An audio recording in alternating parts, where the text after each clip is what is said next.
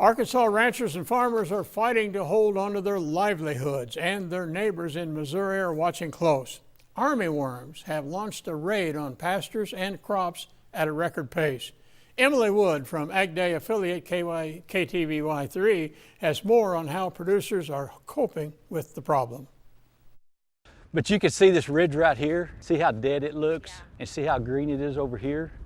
And you can see that they're traveling up that. Fourth-generation Boone County rancher Richard Blevins is watching his livelihood disappear at a pace he never could have imagined. They just reproduce. They'll lay 1,500 to 2,000 eggs. See, that's a smaller one. Just days ago, armyworms started eating their way through Blevins' farm. More than half of his pasture land and half his crops are already gone. It's very disheartening. You wonder what you're going to do. Blevins is one of thousands of Arkansas producers dealing with what feels like a plague. The worms move so fast, many producers don't realize their land is under attack until it's too late. The pasture behind me, it's green. It seems to be doing okay, but ag experts say you really have to take a closer look. Check out this fescue here. The armyworms start at the bottom and work their way to the top, and you can see they've already been hard at work in this field. You get to looking and all you see is stem and stalks where there's very little food value there. The worms have stripped it bare.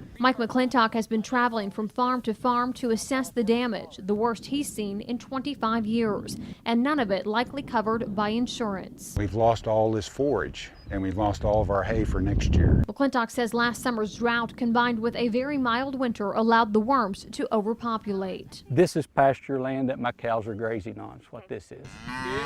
Leaving farmers like Blevins with very few options, unable to produce the hay they need for profit, and even the pasture land needed for their cows is gone. I've told everybody I'm going to fill my barns full of hay, not get caught like I did last year, but it looks like it's going to be worse than last year. Due to the worms. Due to the worms, yes ma'am. In Boone County, Arkansas, this is Emily Wood reporting.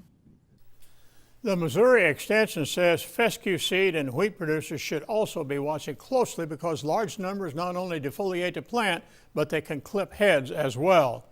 Dusk or dawn is the best time to be scouting for true armyworms because the young larvae are typically night feeders.